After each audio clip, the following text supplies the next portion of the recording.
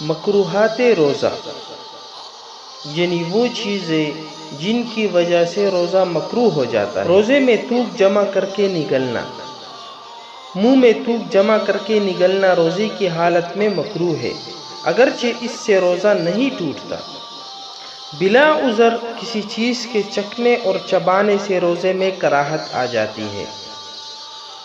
Tooth paste یا منجن استعمال کرنا، روزے کی حالت میں ٹوتھ پیسٹ استعمال کرنا، کوئلہ یا کوئی منجن دانتوں میں ملنا، یا عورت کا اس طرح ہونٹ پر سرخی لگانا کہ اس کے پیٹ میں چلے جانے کا اندیشہ ہو مکروہ ہے۔ بیوی سے دل لگی کرنا، روزے میں بیوی سے دل لگی کرنا بھی مکروہ ہے جبکہ جماع یا انزال کا خوف ہو۔ روزے کی حالت میں کمزور کر دینے والے کام کرنا، ہر ایسا کام جس سے اس قدر ضعف کا اندیشہ ہو کہ روزہ توڑ دینا پڑ جائے گا مکروہ ہے۔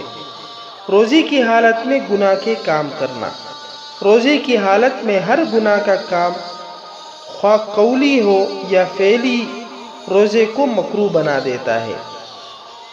کلی میں مبالغہ کرنا، ناک میں پانی چڑھانے اور کلی کرنے میں مبالغہ کرنے سے روزہ مکروہ ہو جاتا ہے۔ مشکوک وقت تک سحری کو مؤخر کرنا، سحری میں تاخیر مستحب ہے مگر اتنا تاخیر کرنا کہ وقت میں شک پیدا ہو جائے مکروہ ہے۔ بیوی کا شوہر کی اجازت کے بغیر نفلی روزہ رکھنا، بیوی کے لیے شوہر کی اجازت کے بغیر نفلی روزہ رکھنا مکروہ ہے، البتہ اگر شوہر بیمار ہے یا وہ بھی روزے سے ہے یا محرم ہے تو مکروہ نہیں۔